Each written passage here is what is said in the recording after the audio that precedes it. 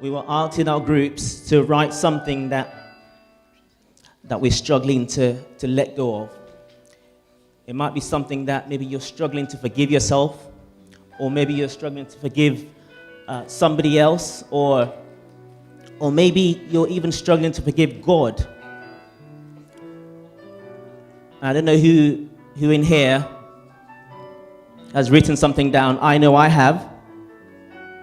Forgiveness is something that, walking around to all the groups, it's something that relates to everybody, both young and old, both saved and unsaved. It impacts on everybody. And I believe that it could all end today. Amen. We've got some water here. And as we put this in, it literally dissolves. This is an act of faith. And following this, we're going to follow it up with prayer. We'll have the opportunity to actually pray and pray it out. So we're going to sing it again, and I just want you just to come forward and just, it's an act of faith, just drop it and just watch it dissolve. Be magnified, Lord. Be magnified, oh Lord. You are highly exalted. You are highly exalted. There is nothing, and there is nothing you can't do. Oh Lord, my eyes are on you. Be magnified, oh Lord, be magnified. Be magnified, Lord, be magnified, oh Lord. You are highly exalted, and there is nothing you can do. Oh Lord, my eyes are... If anybody else still wants the opportunity to put something down, please see one of us, get a piece of paper, write something down. I just want to just tell a story I heard recently. And this story is to do with a pastor in a small town. And this particular lady, her name was Mary. I call her Mary. And she saw visions of being in heaven and talking to God and speaking to God and God telling her things. And the pastor, he heard about it, and he was quite intrigued about it. And he called her and said, "Come to my office. Let's have a talk about this. You know, is this true? Tell me more about it." And she told him about all the things that God was saying and in her visions. And the pastor, you know, he kept asking questions just to check, is this for real? Probably being skeptical. And he thought about it. He said, okay. He said to Mary, he said, when next you have that vision, can you ask God something for me?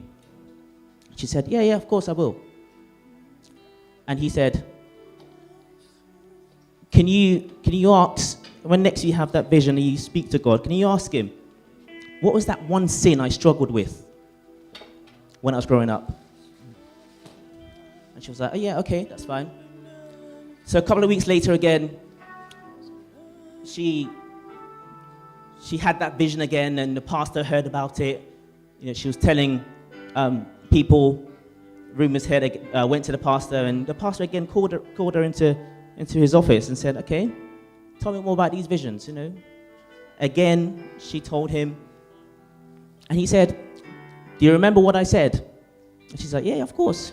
Did you ask? She said, yeah. And she said, I asked God the exact same question.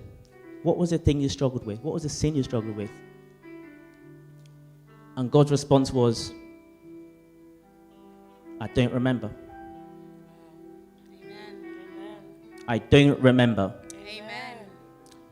I don't know if audiovisual can put up Jeremiah chapter 31 verse 34. Okay.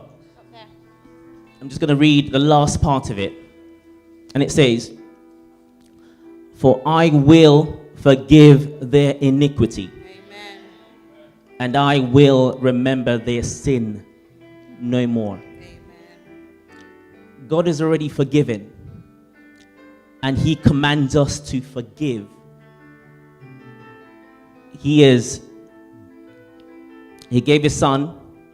I have a son. And the best example I can give is my son Micah, giving him up to pay the price, to pay the consequence of someone else's sin. So he gave his life for you, for me. And he forgave us. So if anyone here is here tonight, if you've not experienced God's forgiveness, this is an opportunity. Experience that forgiveness.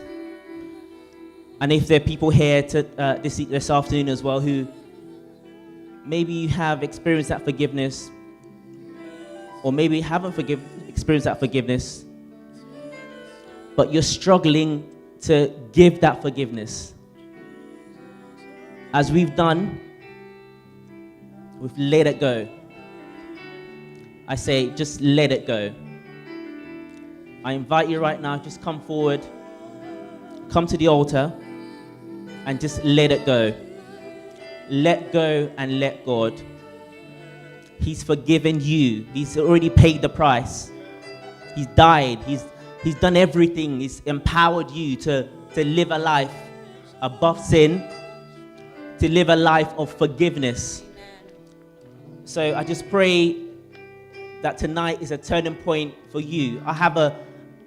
I'm convinced that tonight or this afternoon, today is one of those days where you're making a decision between choosing the right way, the way of God, and choosing another way. Yeah. It's a turning point. It could be a turning point in your life tonight, this afternoon, this evening. Could be a turning point. I just pray that you just make that step. Take that step of faith. So the altars are open. Please come forward. Amazing grace. Amazing grace. How sweet that sound that saved a wretch like me.